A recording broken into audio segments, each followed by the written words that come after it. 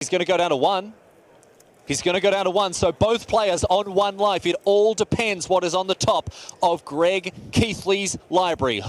One time, what has he found? It's Hellkite. He's found the big dragon. He's even got the double red thanks to Paradise Druid. And in the grand tradition of 4-4 dragons everywhere, Greg Keithley sails to victory on his mighty Skagen Hellkite. What a thrilling conclusion to that game and indeed to that match, Eduardo. I mean, Thomas Hendricks fooled. Okay, well, GG. GG, folks. GG. This is the second turn to Nissa we've had today. How can you lose when you draw like this?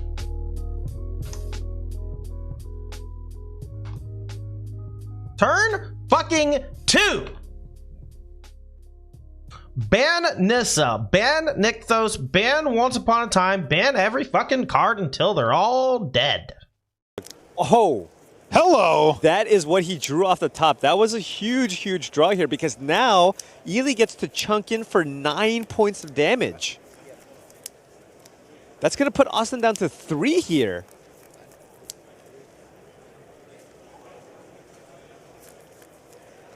Because he had 2 lands and a Legion's End. Yes, he did. And now he gets to not only attack with Lovestruck Beast that was sitting there, but cast another one as well. What a rip there for Ely Cassis. Down to 3 goes Austin Bursovic, and all of a sudden that Massacre Girl is looking very So a lot of things need to happen here. Shahar has a Mystical Dispute in hand as well. What? Okay, so he can actually, so that's a second Mystical Dispute. That works if he has it. If he has it, he can go Witch's Vengeance, name Fairy. This is incredible. Soul. Look at this. Witch's Vengeance, and Alexi's like, are you serious? Wait, you're going to let this one resolve, right? Absolutely. You let this resolve, force Shahar to have something like a Reef Soul, use Hypnotic Sprite, and then that Mystical Dispute's going to get that Fairy Guide Mother. Right. In fact, he's like, okay, sure, dude. And look, I bet he feels so He names Fairy. He's like, look how clever I am. Here comes Reef Soul. Oh, man. And we're going to see a counter back here from Alexi. And look at this Mystical Dispute for the blowout. Wow, Shahar Shanhar. And by the way, when I say blowout, I mean he got to do his 2-for-1. But, I mean, that was huge, right? Massive. Like, not only did countering an adventure card, it's like you're countering 2 cards. Now you don't even have that flyer anymore. Wow. Mike has so many options available here that are all attractive. Right. I mean, in his worst case, if Matt goes double block and Mike goes go to damage. Right. Like, he's still just getting a 2-for-1. Exactly. Like, it's just good no matter how it goes. Oh, and it's so brutal. margin number 2 to run over the single block from the Garenbrig Paladin. And he's going to deal 5 damage. 5 more damage and another card.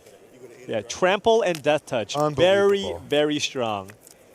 You know, you meet Mike Sigrist in real life and you think, what a nice guy. Maybe not. That was rude. Now he's going to follow up with Ginger Brute and Grumgully, but not in that order, to make sure he gets the counter. Wow. Wow. Mike Sigrist is just rolling here. Our MPL player showing why he gets so much respect in the limited community and he's like, smashing I've had Matt enough. Schmaltz. He's like, dude, easy on me, buddy. Yeah. And Sigrist also gets a job. Oh, it looks like we might see that. Yeah, there's that thrill. He has to have a thrill here. Missing a land drop here just to be able to try to maybe kill this Preserver. It's pretty risky, but I think it's one of those situations where Paul was so far behind, the only way he can potentially claw back into this game is by taking a risk this large. He's going to discard Charm Sleep, and this will have him draw 2 cards. Again, when you draw your second card is when the triggers go up, but now Sigrist is doing combat math because he has Fling, and he's just going to fling it, effectively give it unblockable for the turn, and that's enough to get the job done. So, game number 2 goes to Mike C. In Casualties of War, he can actually cast the Casualties of War this turn if he wants. Wow, and with no black lands. Yeah, and that would leave Mats with just 3 forests in play.